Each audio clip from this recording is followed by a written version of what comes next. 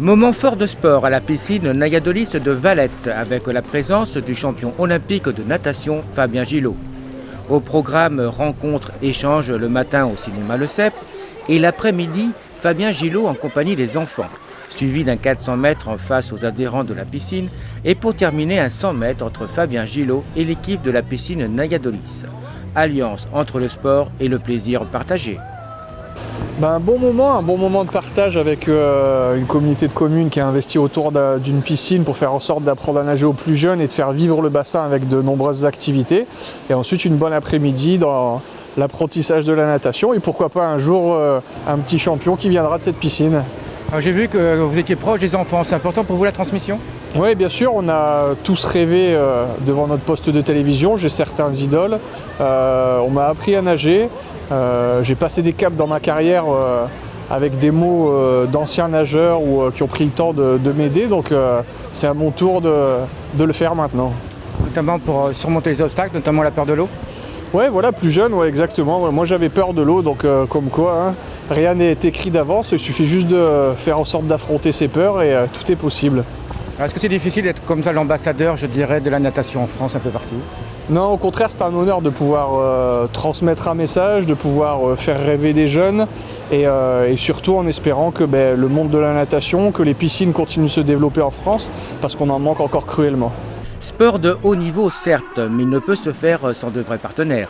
Et pour mon partenariat avec Prestalis, qui sont des gens avec qui j'ai beaucoup d'affection, qui sont des passionnés de leur métier, qui aiment la natation et surtout qui font en sorte que les piscines soient le plus ludiques possible et que pour les jeunes générations, ils aient de quoi se développer, apprendre à nager avant de penser à la compétition de haut niveau. Un rôle qui lui tient à cœur, capitaine de l'équipe de France de natation. C'est un immense honneur d'être capitaine de l'équipe de France déjà. Ensuite d'être capitaine d'une telle équipe de France avec tant de résultats, ça rajoute un peu plus de noblesse encore au rôle que j'ai aujourd'hui. Mais c'est, je pense, en tout cas c'est la chose que j'essaye de faire, beaucoup de partage. J'ai beau être capitaine, j'essaye de faire en sorte que tout le monde trouve sa place et s'exprime au maximum de son potentiel. C'est ce qui est le plus important pour moi. Une équipe de France aux avant-postes mondiales qui assure sa relève. Mais on a une jeune génération qui est en train de pousser derrière des noms encore inconnus, mais qui devraient briller dans les 2-3 ans qui arrivent, rejoindre les relais français.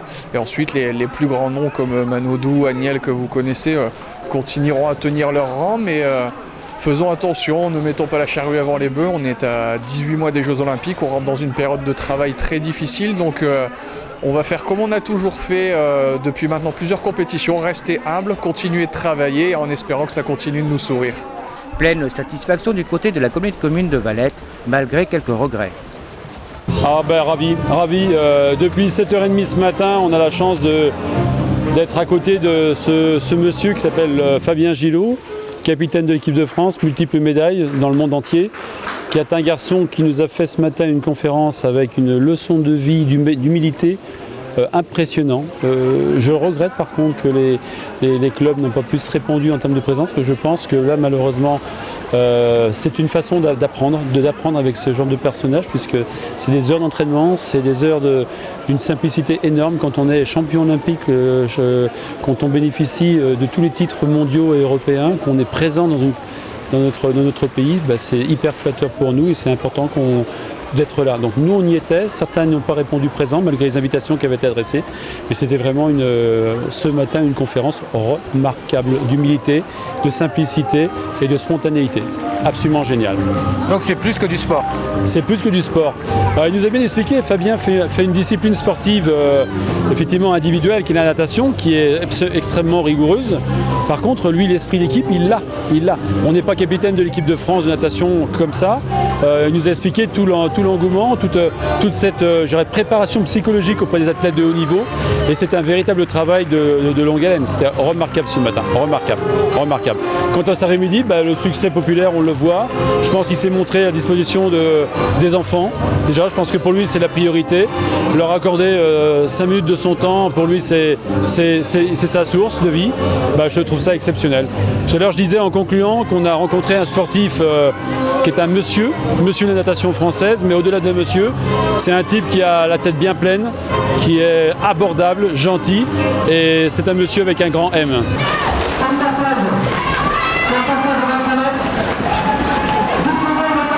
Plaisir partagé également chez les sportifs.